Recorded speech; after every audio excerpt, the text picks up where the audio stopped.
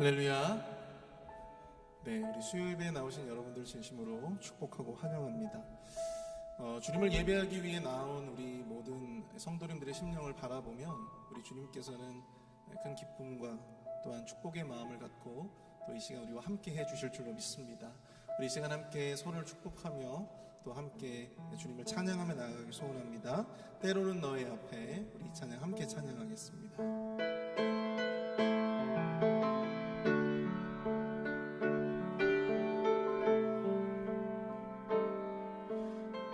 때로는 너희 앞에 때로는 너의 앞에 어려움과 아픔이 있지만 담대하게 주를 바라보는 너의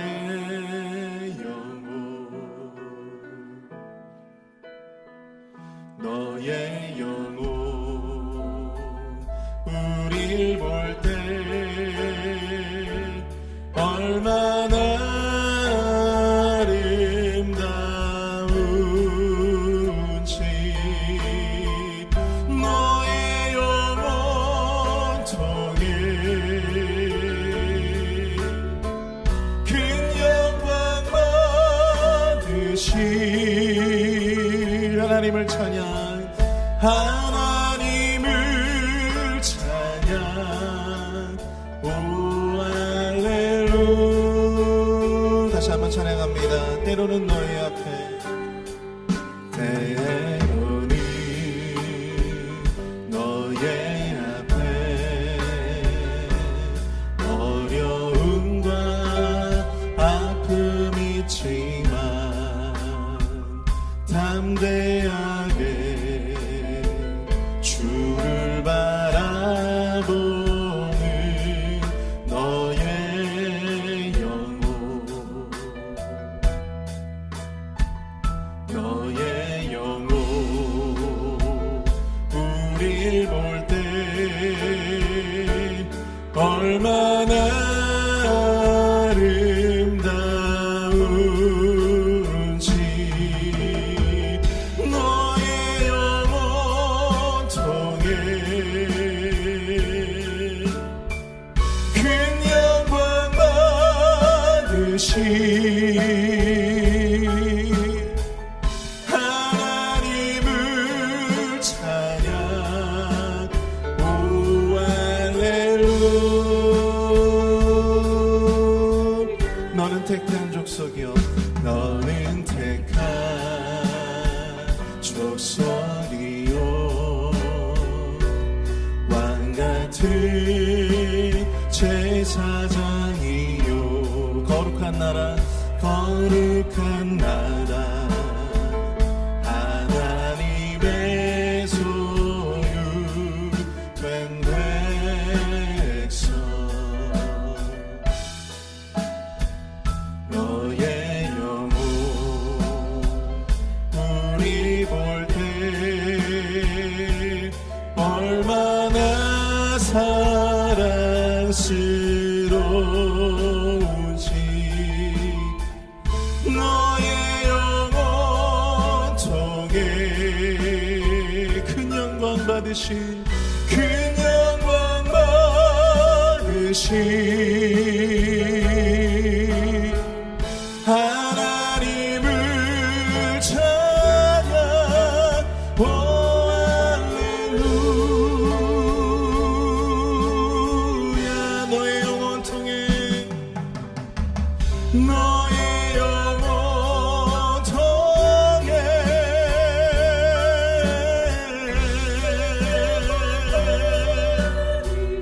큰 영광 받으시 찬양 오 할렐루야. 우리 마지막으로 함께 고백합니다. 너의 영혼 통해 큰 영광 받으시 너의 영혼 통해 큰 영광 받으시 오직 하나님을 찬양 하나님을 찬양. 오 할렐루야.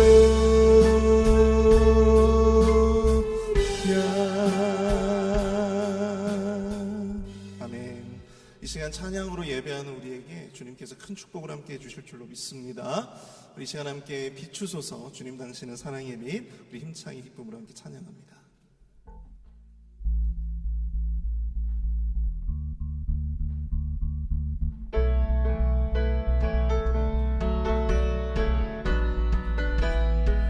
주님 당신은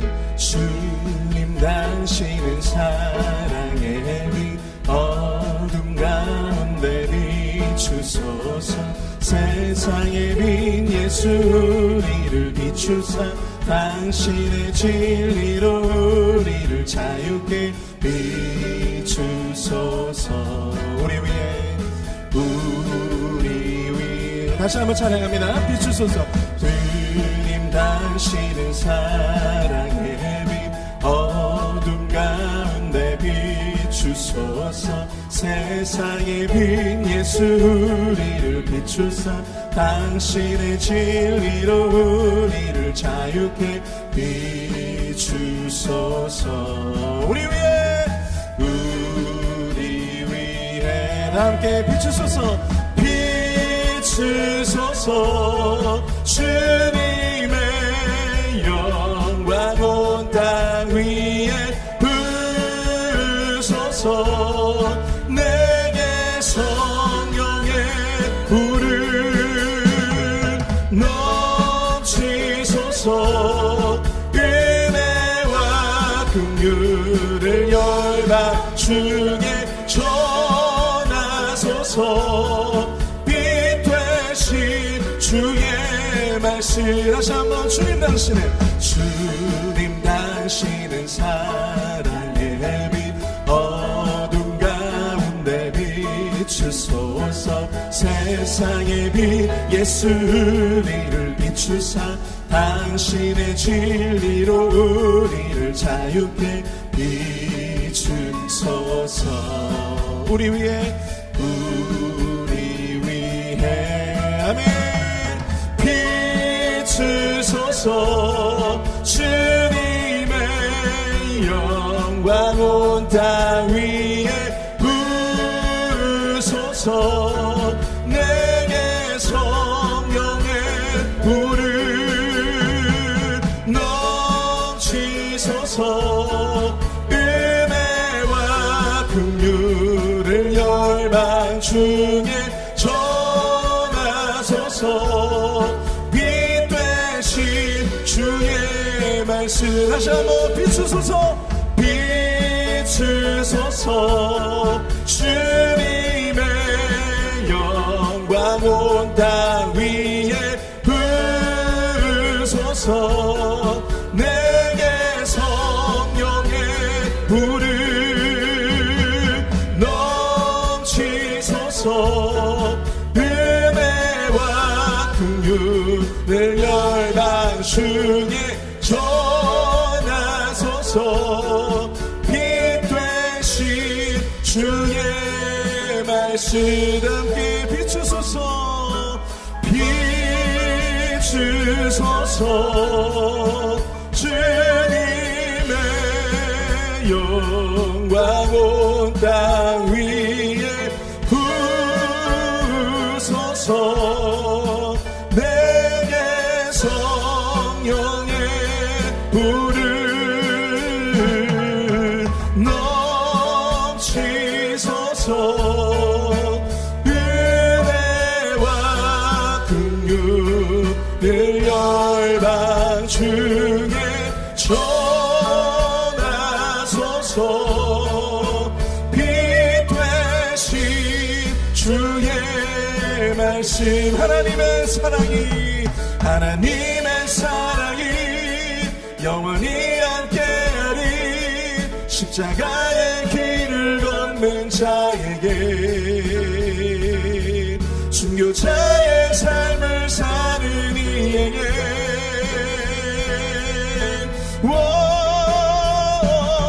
조롱하는 소리와 세상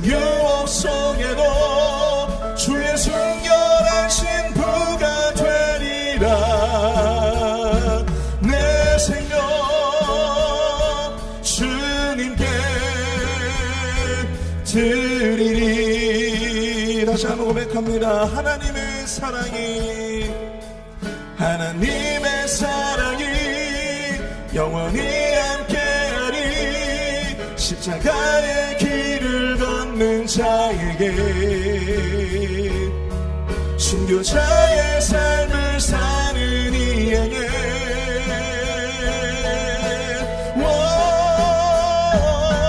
조롱하는 소리와 세상 유혹 속에도 주의 순결한 신부가 되리라.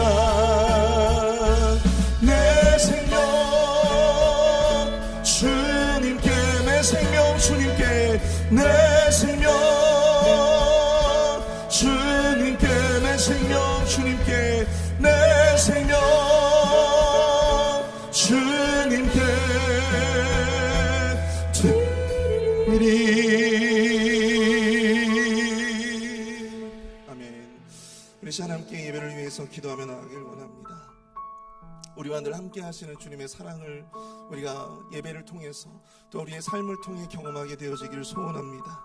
세상의 그 어떤 순간, 세상의 그 어떤 위기와 어려움 가운데서도 우리를 향하신 주님의 그 사랑과 우리를 향하신 주님의 그 놀라우신 은혜를 결코 의심치 않고 잊지 않은 우리의 모습들이 되어질 수 있도록 인도하여 주시옵소서. 언제나 주님만을 바라보며 주님이 오시는 그 길만을 온전히 따라가는 우리의 삶이 되어질 수 있도록 인도해달라고 우리 주여 한번 크게 부르짖고 통성으로 함께 기도하며 나가도록 하겠습니다. 주여! 사랑은 내가 풍성하신 하나님 아버지, 은혜와 사랑을 감사합니다. 우리 모든 삶을 주관하시는 주님, 하나님 아버지, 우리를 향하신 주님의 그 놀라우신 사랑과 주님의 그 놀라우신 은혜를 의심치 않고 주님이 여시는 그 길만을 따라갈 수 있도록 인도하여 주시옵소서. 주님을 따라 그 생명의 길만을 온전히 따라갈 수 있는 주님의 모든 순교적 백성들이 다 되어질 수 있도록 주님 역사하여 주시옵소서. 하나님 아버지, 이 시간 예배에 임한 우리 모든 심령마다 주님 축복하여 주시고 성령 충만의 은혜를 우리와 함께하여 주시며 인도하여 주시옵기를 소원합니다. 예배 시작부터 끝까지 주님 주장하여 주시고 인도하여 주시옵소서.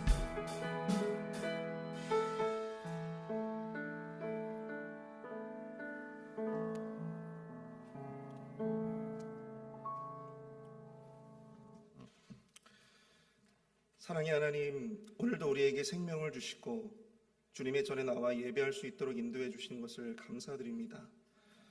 이 시간 주님을 예배하는 모든 이들에게 주님의 놀라운 은혜를 우리에게 허락하여 주시며 삶을 통해 삶의 문제와 어려움 가운데 고민하며 간구하는 우리 모든 이들에게 말씀을 통한 은혜와 답을 주님 허락하여 주시옵소서. 예배 시작부터 끝까지 주님 인도하여 주시옵소서. 예수님의 이름으로 감사하며 기도하옵나이다. 아멘. 오늘 우리에게 주시는 하나님의 말씀 함께 보겠습니다. 예레미야 21장 1절부터 14절까지의 말씀입니다. 예레미야 21장 1절부터 14절까지 말씀입니다.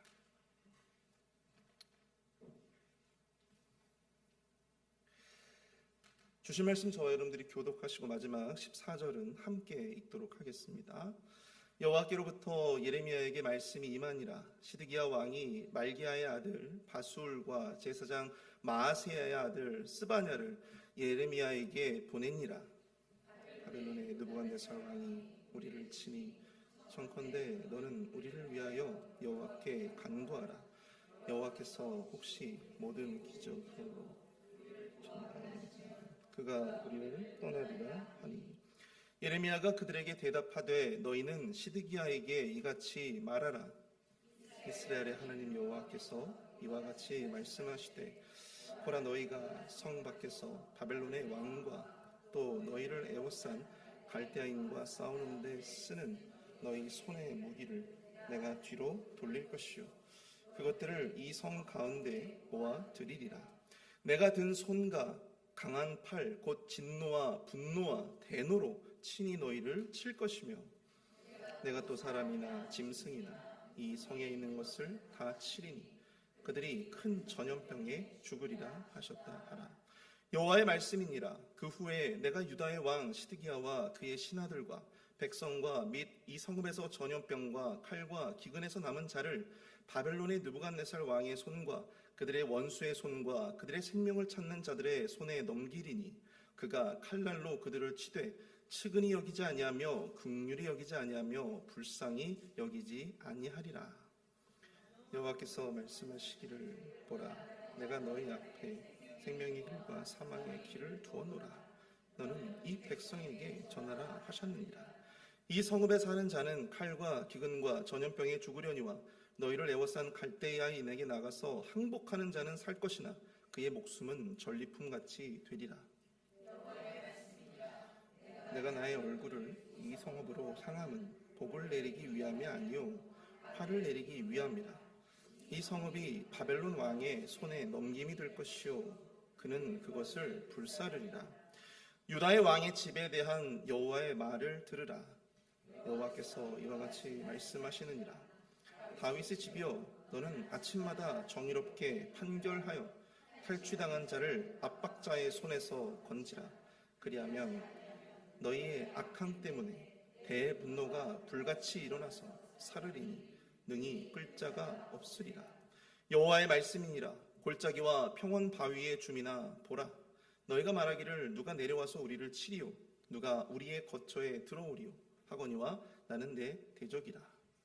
내가 너희 행위대로 너희를 벌할 것이라. 내가 또 수풀을 풀어놓으라. 그 모든 주의를 사르리라. 여호와의 말씀입니다. 아멘. 오늘 말씀의 제목은 생명과 사망의 길 사이에서입니다. 생명과 사망의 길 사이에서. 우리가 너무나 잘 알고 있다시피 바벨론 제국은 총 4차례에 걸쳐서 유다를 침공합니다. 3차 침공 때에는 지금의 시드기야 왕, 유다의 마지막 왕이었던 시드기야 왕의 조카였던 여호야긴 왕이 폐위되고 숙부였던 시드기야가 유다의 마지막 왕으로 세워지게 됩니다. 이제 에레미야를 통한 하나님의 예언이 더욱더 선명하게 그리고 명확하게 드러나게 된 것입니다. 이제 유다 왕국은 풍전등화의 위기 속에서 갈팡질팡하고 있습니다. 예언의 말씀대로 그들은 생명과 사망의 길 사이에 놓이게 되었습니다. 그러한 혼란과 위기 속에서 시드기야는 제사장 바술과 스바냐를 예레미야에게 보내게 됩니다. 이들을 만나 시드기야에게 전하라고 말씀하신 것이 바로 오늘 본문의 내용인데요. 우리가 살다 보면 답이 필요한 그러한 순간이 찾아오게 됩니다. 그런데 문제는 아무리 우리의 생각을 굴려봐도 아무리 우리 주위를 둘러봐도 마땅히 그 답이 생각나지 않을 때가 있더라는 것이죠. 오히려 혼란과 두려움만이 더욱더 커지는 순간이 있습니다. 이것저것 생각해보지만 스스로의 한계를 느끼고 좌절하게 되는 그런 경험들, 저뿐만 아니라 우리 모든 분들이 다 한 번쯤은 있었을 것입니다. 마치 이 유다의 왕 시드기야처럼 말입니다. 생명과 사망의 길 사이에서 위태롭게 줄다리기 하는 이 줄타기를 하고 있는 우리 자신을 만나게 될 때 우리가 진정으로 고려해야 할 것이 과연 무엇일까요? 그때 우리가 확 붙잡아야 하는 생명의 동아줄, 생명의 구원줄은 과연 무엇이겠습니까? 이 위태로운 삶의 줄타기를 끝내고 다시금 평안을 회복할 길이 과연 무엇일까요?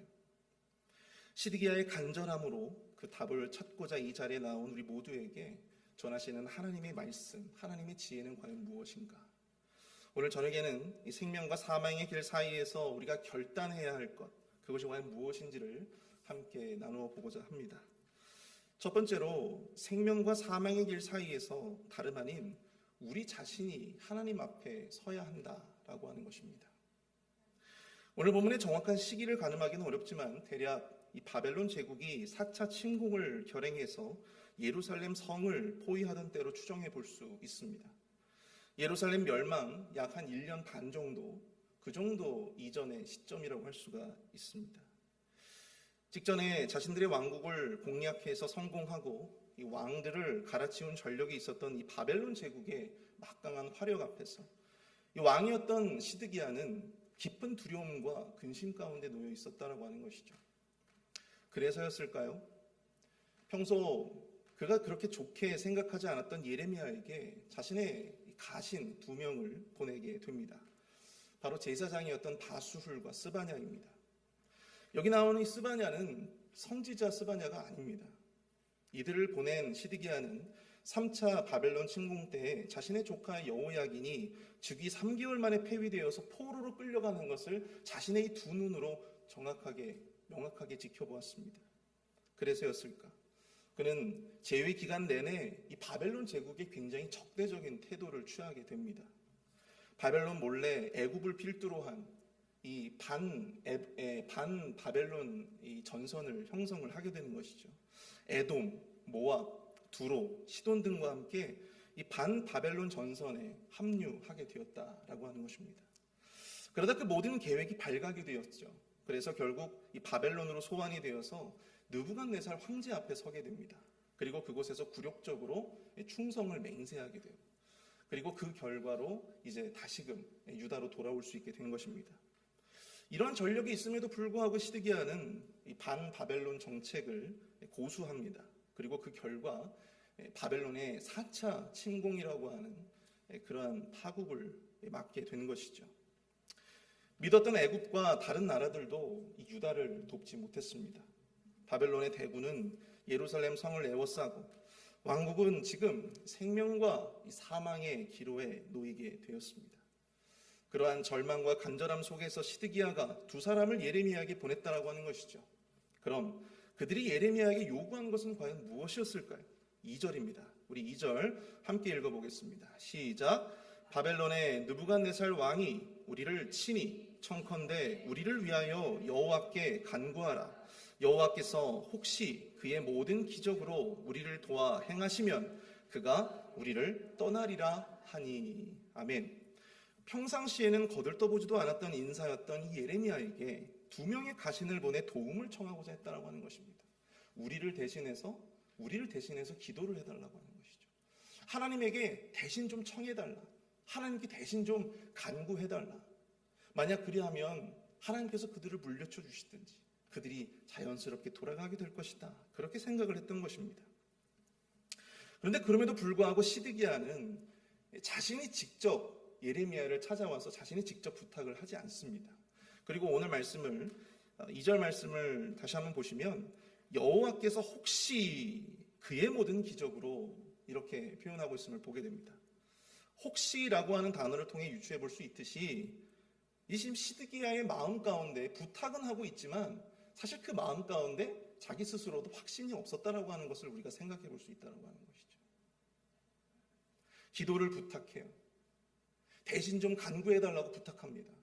그런데 자기 스스로 나오지도 않고 또 그것에 대해서 자기 스스로 어떤 믿음이나 확신조차도 시드기야에게는 없었다라고 하는 사실입니다. 그럼에도 불구하고 지푸라기라도 잡는 심정으로 예레미야에게 도움을 청하고 있었던 것입니다.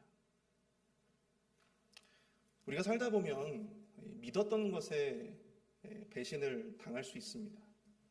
돈을 믿으면 돈에 배신을 당할 수 있고요. 또 사람을 믿으면 사람에게 배신을 당할 수 있습니다. 그런데 그렇게 믿었던 대상이 아무런 도움이 되지 못하게 될 때 그 모든 것들이 아무런 의미가 없었구나라고 하는 것을 깨닫게 될 때 그제서야 우리의 마음이 급해지게 된다라고 하는 것입니다. 두려워지기 시작합니다. 지금 바로 이 시드기야가 그랬다라고 하는 것이죠. 상황이 이렇게까지 되고 보니까 그제서야 이 예레미야에게 도움을 요청했다라고 하는 것입니다. 하나님께 기도해달라고 말이죠. 그런데 그런 임무를 띠고 온 바술과 스바냐에게 예레미야는 과연 어떠한 말을 해주었을까요? 본문 3절부터 7절까지의 내용을 보면 이렇습니다. 여전히 하나님은 유다를 향해서 분노와 진노 그리고 대노를 가지고 계셨고 전염병과 칼과 기근으로 예루살렘을 멸하실 것이다 말씀하십니다. 그리고 행여라도 이 칼과 기근과 전염병에서 살아남은 자가 있다. 이 남은 자들 또한 바벨론과 느부갓네살 왕에 의해서 죽게 될 것이다. 포로가 되게 될 것이다. 그렇게 말씀하시는 것입니다. 예레미야는 하나님은 그들을 긍휼히 여기지도 아니하시고 불쌍히 여기지도 아니하실 것이다. 그렇게 아주 부정적인 끔찍한 예언을 하고 있음을 보게 됩니다. 그리고 오늘 본문 8절을 보시면요, 여호와께서 말씀하시기를 보라 내가 너희 앞에 생명의 길과 사망의 길을 두었노라 너는 이 백성에게 전하라 하셨느니라 이렇게 말씀을 하고 있어요. 하나님은 예레미야를 통해서 지금 그들이 생명의 길과 사망의 길 사이에 놓여 있음을 직면시켜 주었습니다. 생명과 사망의 길 사이에서 위태로운 상황 가운데 놓여 있는 그들 자신을 바로 보도록 일깨워주고 있었다라고 하는 것이죠. 마땅히 왕 자신이 먼저 하나님께 나와 철저히 회개하고 반성해야 할 그 시점에 이 선지자 예레미야에게 하나님께 나를 좀 대신해서 기도해달라, 그런 그의 요청 자체가 굉장히 어불성설이었다고 하는 것입니다. 목마른 사람이 우물을 파야함에도 불구하고 자기 손을 대지 않고 코를 푸는 그런 모습을 보여주고 있다고 하는 것이죠. 여전히 지금 자신이 어떠한 상황 가운데 놓여 있는지를 스스로 지금 깨닫지 못하고 있는 그런 모습을 우리가 보게 된다고 하는 것입니다. 그런 그에게 필요한 것은 오직 그 자신이 놓여 있는 현실을 철저하게 직면시켜주는 것밖에는 없었다라고 하는 사실을 우리가 보게 된다라고 하는 사실입니다. 생명과 사망의 길 사이에서 갈팡질팡하며 답을 구하는 자에게 필요한 것은 과연 무엇일까요? 스스로가 현실을 제대로 보도록 만들어주는 것입니다. 현실을 제대로 파악하고 또 자기 스스로 하나님 앞에 서야 합니다. 목회자에게 기도를 부탁하고 또 주변 사람들에게 기도를 부탁하기 이전에 나를 위해서 좀 기도해달라, 그렇게 요청하기 이전에 누가 먼저 기도해야 된다고요? 네, 바로 자신이 먼저 하나님 앞에 나와야 된다는 사실입니다. 우리가 목사님들에게 축복 기도를 받잖아요. 많은 분들이 우리 교회도 그런지 모르겠지만 예전에 제가 한국에서 사역할 때는 집을 사거나 혹은 차를 새로 사거나 이럴 때도 항상 목사님께 먼저 가서 목사님께 기도해달라고 부탁을 하시더라고요. 그 모습을 보면서 참 귀하구나라고 하는 생각을 하게 되었습니다. 근데 여러분, 우리가 목사님들께 축복의 기도를 부탁하고 또 우리 가정을 위해서 나의 인생을 위해서 축복해달라고 우리가 그렇게 기도 부탁을 할 수가 있죠. 근데 중요한 것은요, 목사님이 그들을 위해서 기도하고 또 그들을 위해서 축복의 메시지를 전해주시는 것보다 훨씬 더 중요한 것이 바로 나 자신이 먼저 축복의 자리에 서 있어야 한다는 건 사실입니다. 나 자신이 먼저 이 죄의 자리, 허물의 자리, 멸망의 자리에 서 있는 것이 아니고요, 내가 먼저 그 자리, 그 축복의 자리에 내가 서 있어야 된다는 하는 사실이에요. 시드기야 왕처럼 자신은 죄악의 자리에 여전히 서 있음에도 불구하고 예레미야로부터 축복을 구하고 도움을 구하는, 대신 간구하고 기도해 줄 것을 구하는 것, 여러분, 이것은 하나님께 바른 모습이 될 수 없다라고 하는 사실입니다. 남들에게 기도해달라고 부탁은 잘하시는데 정작 기도해야 할 그 자리에 우리 스스로가 나오지 못한다면, 기도하는 그 자리에서 우리가 기도하지 못한다면 하나님께서 과연 그 기도를 어떻게 보실까요? 목회자들에게 축복 기도를 받고 축복의 메시지를 들려달라고 하는데 정작 자신이 축복의 자리에 서 있지 않는다면 우리는 이 시드기야의 이 허물을 그대로 답습하는 것은 아닌지 우리 스스로가 한번 이 말씀을 통해서 생각해 보실 수 있기를 축복합니다. 사랑하는 성도 여러분, 답을 구하려면요, 답을 가지신 이에게 직접 나아가야 합니다. 누구의 도움을 구해서가 아니고요, 자신이 직접 나아가야 됩니다. 시드기야 왕처럼 사람들 뒤에 숨어서는 안 됩니다. 대신 간구해달라고, 대신 용서를 빌어달라고 해서는 안 되는 것입니다. 그것은 그에게 결코, 그 인생에게 결코 답이 될 수 없다라고 하는 것입니다. 시드기야에게 필요한 것은 중보기도가 아니라 바로 하나님 앞에 철저히 무릎 꿇는, 철저하게 그 삶을 돌이키는 회개이다라고 하는 사실을 우리가 이 말씀을 통해서 깨달아야 한다고 하는 것입니다. 예레미야의 직원은 바로 그가 마주해야 할 현실을 똑바로 직면시켜 주고 있는 것입니다. 사람들 뒤에 숨지 말고 손대고 코 풀려고 하지 말고 직접 나와서 용서를 빌고 회개해야 한다고 하는 사실입니다. 우리 가운데 생명과 사망의 길 사이에서 두려움과 이 혼란 가운데 있는 분들이 있으십니까? 만약 그렇다면 여러분 스스로 하나님 앞에 나오시기를 축복합니다. 기도의 자리, 축복의 자리, 그 회개의 자리에 우리 스스로가 직접 하나님께 나아가 그 답을 구하실 수 있기를 축복합니다. 신앙이라고 하는 것은 결코 남이 해주는 것이 아니고요, 바로 자신의 문제이기 때문입니다. 우리가 두 번째로 이 본문을 통해서 살펴볼 것은 생명과 사망의 길 사이에서 우리는 하나님이 여시는 길을 따라가야 한다라고 하는 것입니다. 생명과 사망의 길 사이에서 답을 구하는 시드기야 왕과 유다 백성들에게 하나님이 주시는 답은 한 가지였어요. 우리 9절을 한번 볼까요? 이 성읍에 사는 자는 칼과 기근과 전염병에 죽으려니와 너희를 애워싼 갈대아인에게 나아가서 항복하는 자는 살 것이나 그의 목숨은 전리품같이 되리라. 지금 상황에서는 바벨론의 이 대군을 맞아서 이 유다 백성들이 승리할 수가 없는 상황입니다. 그것은 바로 하나님의 뜻이 아니었어요. 하나님은 바벨론으로 회개치 않는 유다를 멸망시키실 것입니다. 그것은 이제 돌이킬 수 없는 상황이 되어버렸습니다. 그런 상황에서 하나님은 긍휼을 베푸시어 그들이 죽지 않고 살아날 수 있는 길을 알려주셨다라고 하는 것이죠. 여전히 이 하나님의 마음 가운데에는 그들을 벌하고자 하는 마음도 있으시지만 그들을 살리고자 하시는 사랑과 긍휼의 마음도 이 하나님의 마음 가운데 있음을 우리가 깨닫게 된다고 하는 것입니다. 그 긍휼함으로 하나님은 그들에게 살 수 있는 길을 알려주세요. 무엇입니까? 바로 예루살렘 성을 열고 그들에게 항복하라는 것입니다. 그러나 그들은 그들의 생명을 위해서 하나님이 열어놓으신 그 유일한 생명의 길을 그대로 따라가지 않았다라고 하는 것입니다. 여러분들 혹시 이 섬을 가보신 분이 있으신지 모르겠습니다. 여러분 일본의 섬 중에서 가장 아름다운 섬이 있어요. 어떤 섬이죠?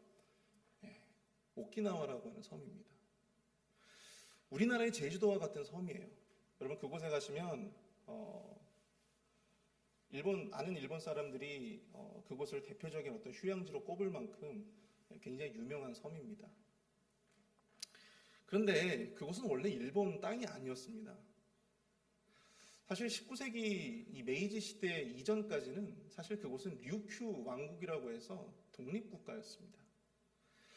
그런데 메이지 시대에 완전히 일본 제국에 합병이 되게 되죠. 식민지가 되었습니다. 그러다 보니까 일본의 본토 사람들은요, 그때부터 지금까지 줄곧 이 오키나와 사람들을 차별하고 이 태평양 전쟁 때에도 일본 군부는 이 오키나와에 살던 사람들을 이 전쟁의 총알바지로 그렇게 사용했습니다. 그들은 오키나와 사람들에게 미군이 오면 절대로 항복하지 말라고 이야기합니다. 왜 항복하지 말라고 했을까요? 실제로 이 오키나와에서 정말 수많은 주민들이 스스로 목숨을 끊었어요. 정말 이 미군을 만나면 스스로 수류탄을 던지고 수류탄을 끌어안고 폭사하거나 아니면 이 절벽에서 떨어져 스스로 자신의 아이를 끌어안고 그렇게 목숨을 끊었던 수많은 사람들이 있습니다. 왜 그랬을까요? 일본 군부가 그들에게 유언비어를 퍼뜨렸기 때문입니다. 항복하면 미군들이 아녀자들은 강간하고 그리고 그 몸을 찢어서 죽인다. 그리고 남자들은 탱크 밑에 깔아놓고서는 깔고 뭉갠다. 이런 아주 잔혹한 미군에 대한 아주 잔혹한 유언비어들을 퍼뜨렸던 거예요. 그러니까 사람들이 두려우니까 항복을 하지 않고 어떻게 해요? 벼랑 끝에 자신의 몸을 던질 수밖에 없었다라고 하는 사실입니다. 미군에게 항복하면 얼마든지 자신의 생명을 보존할 수 있었음에도 불구하고 그들은 결국 죽음의 길을 택할 수밖에 없었습니다. 무엇 때문입니까? 바로 무지 때문이었어요. 마찬가지입니다. 하나님께서 유다 백성들에게 유일하게 열어놓으신 그 생명의 길, 그들에게 항복하라. 그러면 그 생명을 보존할 수 있을 것이다. 하지만 그들은 영적인 무지로 말미암아 하나님의 말씀을 고지 듣지 않았다라고 하는 것입니다. 생명과 사망의 길에서 우리는 다름 아닌 하나님이 열어놓으신 그 길을 따라가야 합니다. 그런데 그 길을 걸어가고 싶어도 여전히 우리를 묶고 있는 것들이 참 많습니다. 하나님이 여시는 길과 방법을 따르면 왠지 모르게 망할 것 같고 실패할 것 같은 그런 믿음 없음과 두려움이 우리 안에 여전히 남겨져 있기 때문입니다. 당시 예루살렘이라는 난공불락의 성 안에 있는 것이 하나님이 예배해 놓으신 이 성벽 안에 있는 것이 가장 안전한 길이라고 스스로 믿고 있었던 수많은 사람들이 그 안에서 항복하지 않고 있다가 이 바벨론 제국의 끔찍한 칼날을 맞고 말았다라고 하는 사실이죠. 그럼에도 불구하고 그들이 그렇게 하나님이 열어놓으신 삶의 길이, 생명의 길이, 살 길이 있었음에도 불구하고 왜 그 길을 따라가지 못했을까?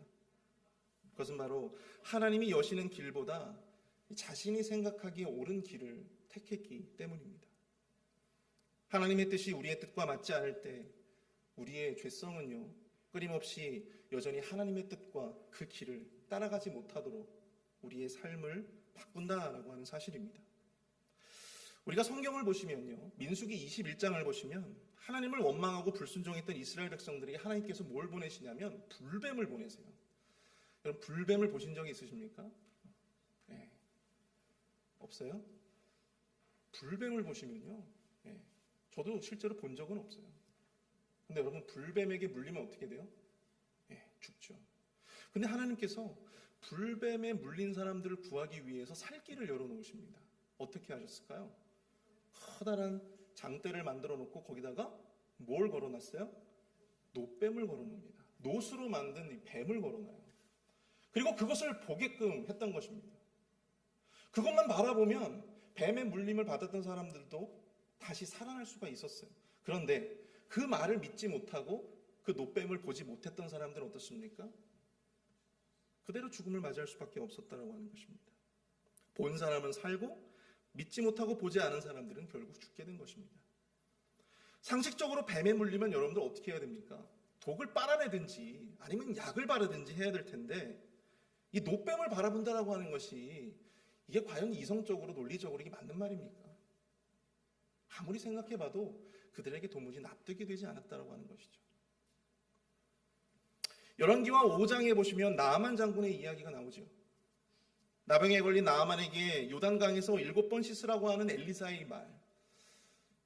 이 말을 듣고 나아만은 기가 차합니다. 내가 떠난 그 고향 땅에 강이 없어서 내가 여기까지 왔겠느냐 하면서 다시 돌아가려고 하죠. 그때 그의 부하가 만류하는 끝에 그가 결국 엘리사의 말대로 요단강에서 7번 그 몸을 씻게 됩니다. 그리고 나병의 치유를 얻게 되었다라고 하는 것이죠. 십자가의 복음은 또한 어떻습니까? 고린도전서 1장 18절에 보시면 십자가의 도가 멸망하는 자들에게는 미련한 것이요 구원을 받은 우리에게는 하나님의 능력이라 말씀하고 있습니다. 일반 사람들에게는 십자가로 우리가 구원을 받는다? 그 십자가로 말미암는 구원은 미련한 것이고 납득하기 어려운 구원의 방식이었다라고 하는 사실입니다. 그러나 그 미련한 방식이 바로 하나님이 모든 인류를 위해서 열어놓으신 유일한 구원의 길, 유일한 생명의 길이 되었다라고 하는 사실을 우리는 말씀을 통해서 깨닫게 된다라고 하는 것이죠. 그럼에도 불구하고 우리는 여전히 하나님이 여시는 그 길, 그 구원의 문에 보이지 않을 때가, 그 구원의 문이 보이지 않을 때가 있어요. 어느 때입니까? 바로 우리가 여전히 우리의 연약함과 허물과 우리의 죄와 실패를 인정하지 못하고 하나님을 인정하지 못하는 때입니다. 우리가 그것을 인정하지 못하면요, 하나님이 우리를 위해서 열어놓으신 그 길을 우리가 찾지 못하고 보지 못하게 된다는 사실입니다. 두 손 두 발 다 들고 하나님께 나와도 시원치 않은데 여전히 자신의 죄를 인정하지 못하고 회개하지 못하는 그런 모습들, 여전히 내가 옳았고 여전히 내가 택한 그 길은 틀리지 않았다라고 말하는 바로 그 믿음, 여러분, 그것으로 말미암아 우리는 하나님이 우리를 위해서 열어놓으신 그 길을 보지 못하게 된다고 하는 사실입니다. 우리가 살기를 바라시는 하나님의 마음이 와닿지가 않는 것이죠. 살다 보면 정말 이 인정이라고 하는 것이 정말 어려운 것이다라고 하는 것을 깨닫게 됩니다. 스스로의 잘못을 인정하는 것, 그리고 삶의 방향을 다시금 하나님 쪽으로 돌이키는 것, 이것이 정말 쉬운 일이 아니다라고 하는 사실을 저 스스로도 깨닫게 됩니다. 인정만 하면 되는데, 인정만 하면 참 쉬운데, 근데 그 인정이 참 어렵다라고 하는 것이죠. 저의 아내에게 저의 잘못을 인정하는 것 자체도 정말 어려운 일입니다. 그런데 하물며 하나님께 우리의 잘못을 인정하는 것, 여러분, 그것은 얼마나 어려운 일이겠습니까? 그것을 인정하면 나의 전 인생이 부정당하는 것 같고, 나의 전 존재가 부정당하는 것 같은 수치와 아픔을 느낄지도 모릅니다. 그러나 그것을 딛고 인정하고 돌이켜야 비로소 우리를 향해 열어놓으신 하나님의 그 살 길이 보인다라고 하는 사실을 여러분들 꼭 기억하실 수 있길 축복합니다. 사랑하는 성도 여러분, 말씀을 정리합니다. 생명과 사망의 길 사이에서 우리가 택해야 할 길은 아주 분명합니다. 생명과 사망의 길 사이에서 우리는 사람 뒤에 숨지 말고 우리가 믿고 의지하는 그 대상, 그 뒤에 숨지 말아야 합니다. 대신 하나님을 마주해야 합니다. 하나님의 자리에 다름 아닌 내가 서야 합니다.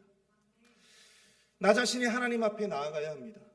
기도를 부탁하고 축복의 말을 듣는 것보다 우선해야 할 것은 바로 나 자신이 기도의 자리에, 나 자신이 하나님의 축복을 받을 만한 바로 그 자리에 서 있는 것입니다. 그래야 하나님이 여시는 생명의 길이 보이고, 그래야 용서의 길도 보이는 것입니다. 우리의 연약함과 허물을 인정하고 나보다 더 나를 잘 아시고 나의 생각보다 더 크신 하나님의 길이 무엇인지를 찾고 그 길을 따라가는 저와 여러분들 될 수 있기를 축복합니다. 우리 시간 말씀을 생각하며 함께 찬양하기를 원합니다. 주가 보이신 생명의 길 함께 찬양하고 우리 함께 기도하겠습니다. 주가 보이신 생명의 길 함께 찬양합니다.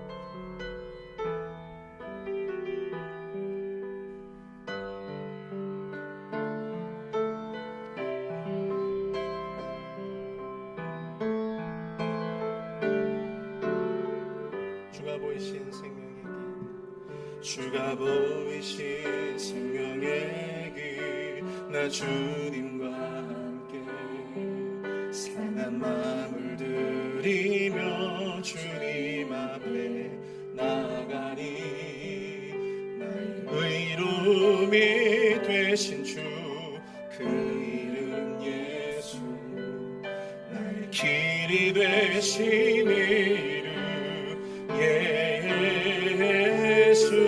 다시 한번 주가 보이신 생명의 길, 나 주님과 함께 상한 마음을 들이며 주님 앞에 나가. 나의 의로움이 되신 주 그 이름 예수, 나의 길이 되신 이름 예수. 나의 길 오직 그가 하시나니, 나를 단련하신 후에 내가 정금같이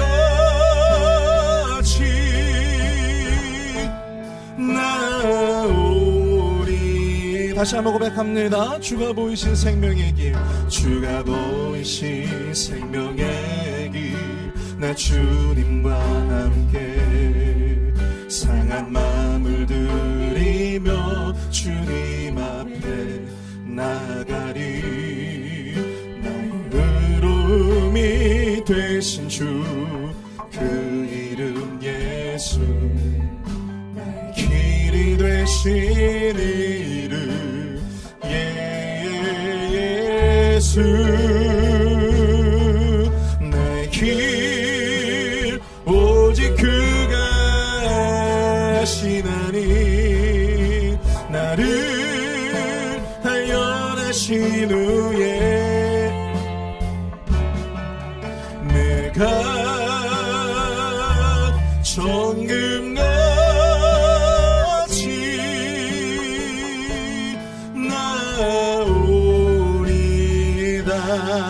나의 길 오직 그가 하시나니 나의 길 오직 그가 하시나니 나를 단련하신 후에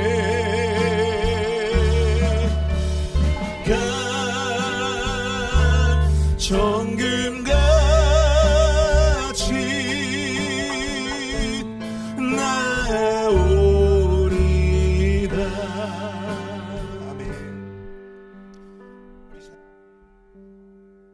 우리 원합니다.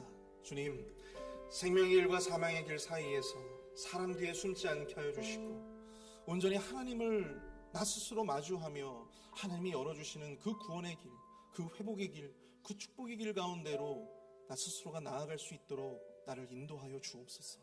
나의 실패와 연약함, 나의 허물과 죄를 모두 주님 앞에 인정하게 하여 주시고 나의 계획과 생각보다 다 내려놓고 순종함으로, 말씀의 순종함으로 나아갈 수 있는 우리의 삶이 되어줄 수 있도록 인도해 주옵소서. 우리 함께 마음을 모아 합심해서 함께 기도하도록 하겠습니다. 사랑은 이가 풍성하신 하나님 아버지 은혜와 사랑을 감사합니다. 하나님 아버지,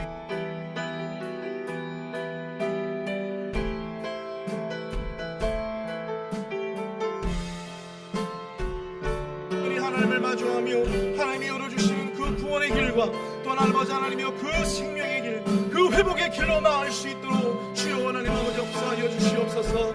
우리의 모든 실패와 연약함 주님 앞에 인정하게 하여 주옵소서. 주님 앞에 내려놓게 하여 주시옵소서. 나의 계획과 그 모든 생각들 사이에 하나님이 열어놓으신 그 축복의 길과 그 생명의 길로 나아갈 수 있도록 주여 불러주시옵길 원합니다. 하나님 주시옵소서. 하나님 길을 열어 주시옵소서. 그 길이 보이게 하여 주시옵소서. 그 길을 깨닫게 하여 주시옵소서. 하나님 아버지 붙들어 주시옵기를 원합니다. 아버지 역사하여 주시옵소서. 우리 시간 두 번째로 함께 기도할 때 우리 공동체, 우리 연약한 지체들을 위해서 함께 기도했으면 좋겠습니다. 믿음이 연약한 지체들이 있습니다. 또 육신의 질병으로 말미암아 마음의 질병으로 또 고통당하고 있는 분들도 있습니다. 우리 시간 함께 기도하실 때 우리 교회 참 연약한 지체들 한 분 한 분 여러분들 생각나시는 그 이름을 함께 부르며 함께 우리 기도로 나아가도록 하겠습니다. 그들이 연약함이 더 이상 연약함이 아니라 강하신 주님의 도우심을 힘입는 은혜의 기회가 될 수 있도록 인도하여 주시고 능력이 될 수 있도록 인도해 달라고 함께 우리 마음을 모아 합심해서 기도하겠습니다. 사랑을 행하 풍성하신 하나님 아버지, 하나님 아버지, 우리 교회의 아버지 하나님, 육신의 연약함으로 말미암아 어려운 가운데 있는 분들이 있습니다. 주여 하나님 아버지, 그들을 한 사람 한 사람 주여 하나님 아버지 은혜를 도와여 주셔서 하나님 그들에게 새 힘을 도와여 주시옵소서.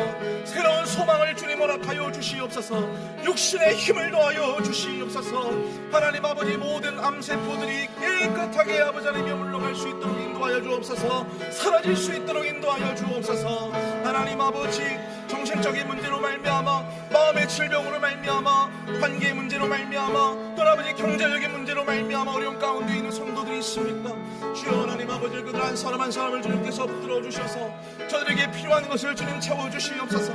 물질이 필요하다면 물질을 채워주시고 마음의 평안이 필요하다면 마음의 평안을 주님 허락하여 주시옵소서.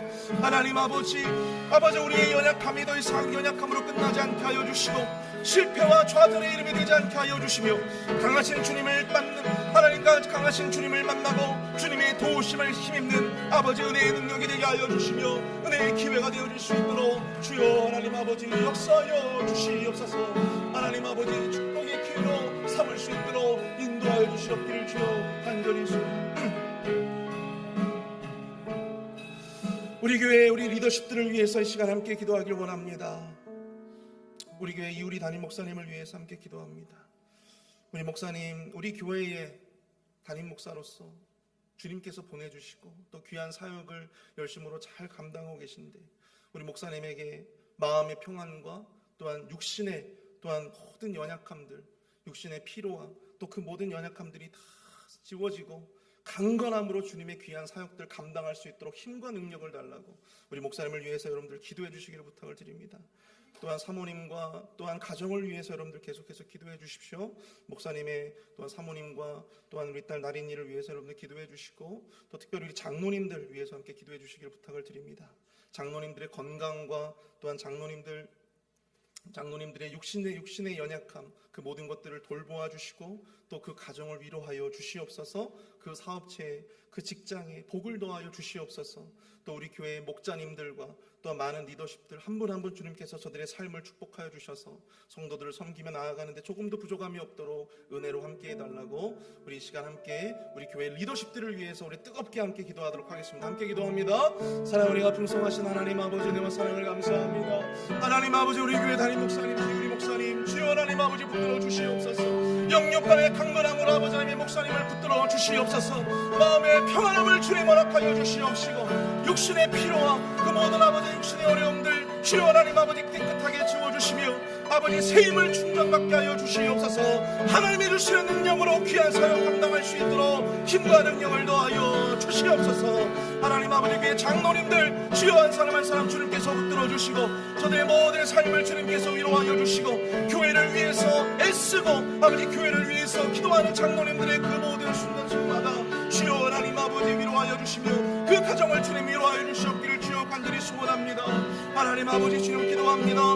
우리 아버지 사랑방 목자들 위해서 기도합니다. 성도들을 섬기며 목원들을 섬길 때에 마음에 상처받고 어려움 받는 그 모든 어려움들 주님께서 다 해결하여 주시고 은혜 가운데 주님 붙들어 주시옵기를 원합니다. 아버지 역사하여 주시옵소서. 주여 인도하여 주시옵소서. 하나님 아버지, 우리 주일학교를 위해서 기도합니다. 하나님 아버지, 유중원 전도사님과 아버지 모든 교사들 한 사람 한 사람 주님께서 붙들어 주셔서 그 모든 리더십들 가운데 주님께서 성령 충만의 은혜를 더하여 주시고 은혜 가운데 붙들어 주시옵기를 주여 간절히 소원하오니 주여 주일학교 아버지께서 인도하여 주시고 함께 인도하여 주시옵소서.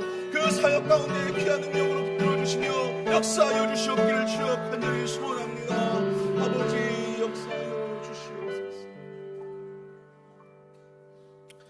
우리 시간 함께 우리 마지막으로 또 함께 우리 교회를 위해서 함께 기도할 때 여러분들 우리 교회에 우리 깨어진 관계들을 위해서 함께 좀 기도했으면 좋겠습니다. 겉으로 보면 너무나도 좋아 보이고 겉으로 보면 아무렇지도 않은 듯 보이지만 서로를 의심하고 또 경계하고 용서하지 못하고 품고 이해하지 못하는 그런 우리의 현실을 보면서 우리가 함께 정말 진중하게 하나님 앞에 회개하며 기도하며 나아가길 소원합니다. 주님, 그 모든 경계를 풀고 그 모든 의심과 미움을 멈추게 하여 주시옵소서. 모든 깨어진 관계가 회복되어질 수 있도록 주님 역사하여 주시옵소서. 우리 모두가 우리를 용서하신 하나님의 사랑을 기억하게 하여 주시고 모든 관계가 주님의 사랑 가운데서 회복되어지게 하여 주옵소서. 우리 함께 마지막으로 함께 기도하며 나가도록 하겠습니다. 사랑 은혜가 풍성하신 하나님 아버지, 은혜와 사랑을 감사합니다. 하나님 아버지, 우리 교회 아버지 각자의 모든 성도들 아버지 하나님의 그 각자의 삶 속에서 아버지 모든 깨어진 관계들이 회복되어질 수 있도록 주님 인도하여 주시옵소서. 겉으로 보면 아무렇지 않은 듯 보이지만 서로를 의심하고 경계하며 용서하지 못하고 품지 못하고 하나님 아버지 그러한 시도조차 하지 않으려고 하는 현실을 보며 하나님 아버지 우리가 주님 앞에 회개하며 나아가길 소원합니다. 하나님 아버지, 우리 교회 모든 깨어진 관계가 회복되어지게 하여 주시옵소서. 서로를 경계하고 의심하고 미워하는 일을 멈추게 하여 주시옵소서. 우리 모두가 우리를 용서하신 하나님의 사랑을 기억하게 하여 주시옵소서. 하나님 아버지, 악하게 아버지 모든 관계를 아버지 하나며 이간질하는 그 모든 세력들 아버지 악한 사단의 모든 세력들이 멈춰지게 하여 주시옵소서. 하나님 아버지, 모든 관계가 주님의 사랑 안에서 온전히 용서하고 회복되어질 수 있도록 주여 은혜를 도와주시옵소서. 주시옵기를 간절히 원합니다. 주여 붙들어 주시옵소서.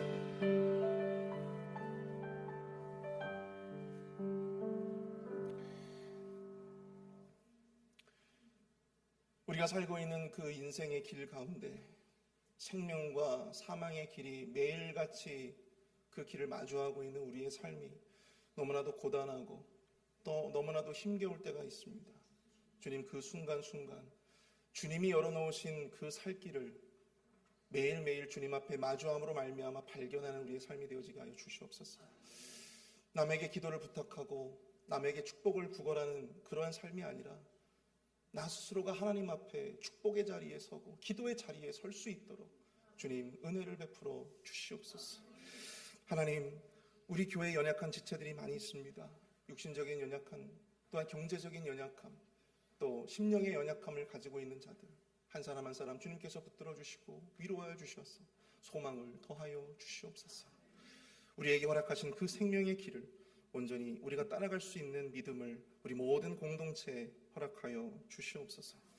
지금은 우리 구주 예수 그리스도의 은혜와 아들을 주시기까지 우리를 사랑하신 하나님의 무한하신 사랑하심과 성령님의 감화감동 위로교통 축복하심의 은총이 이 시간 주의 말씀을 붙잡고 살아가고자 결단하는 우리 회필 한인 장로교의 모든 성도님들과 저들의 가정과 자녀들 머리 위에 교회와 사역 그리고 선교지 위에 이제로부터 영원토록 함께 하실지어다. 아멘.